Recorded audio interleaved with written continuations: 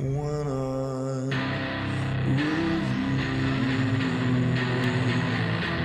Ahojte, ja som Martin a dneska vám porozprávam o tom, prečo a ako vybuchujú batérie. Toto video má byť preto, lebo by som si veľmi rád chcel opraviť tú štvorku, pani učiteľka. Áno, to prihovorím sa k vám, prosím. Prosím! Cieľom tejto prezentácie je vysvetliť, prečo batérie vybuchujú, čo sa deje vo vnútri batérie a ako som experimentoval s týmito javom. Ďalej. Čo sú batérie? Batérie sú zariadenia, ktoré uchovávajú chemickú energiu a premeniajú na elektrickú energiu. Používa sa v rôznych zariadeniach od hodiniek až po telefóny. Typy batérií. Existuje mnoho typov batérií, napríklad alkalické, lítiové, niklovo-kadmiové a gombíkové batérie. Ja som dneska používal gombíkové batérie. Každý typ má svoje špecifické vlastnosti a použitia.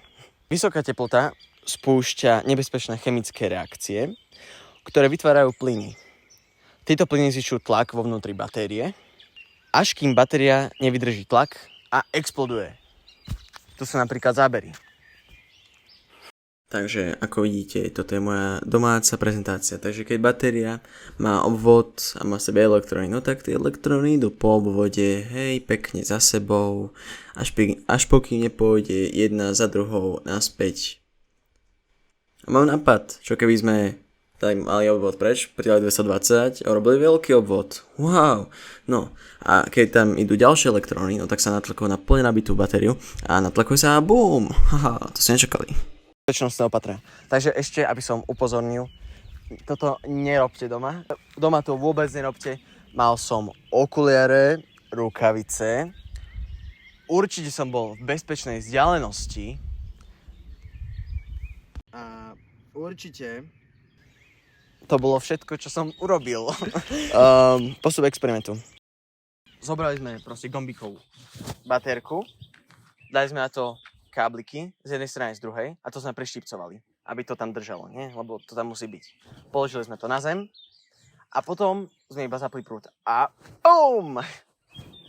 Môže sa stať, že to vyhodí poistky, nám sa to väčšinou stalo, ale 3-krát sa stalo, že to nejak nevyhodilo. Čo bol môj pozorovací výsledok? Takže môj pozorovací výsledok bol to, že ja som to nestihol ani vidieť. Akože popravde to bolo tak rýchle, že som videl iba nejakú iskru, záblesky. Tu máte nejaké vzorky, videí. To je taká sprostosť. To sa zaberie, ako vyzeral môj experiment plus s hudbou.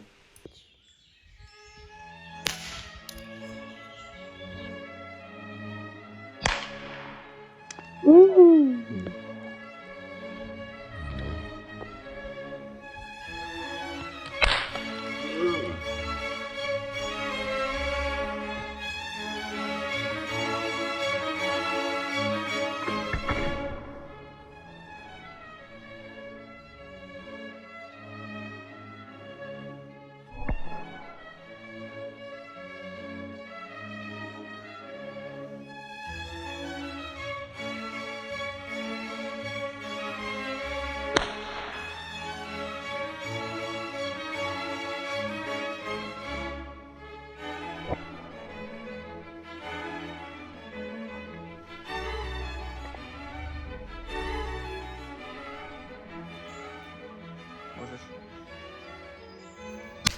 Oj.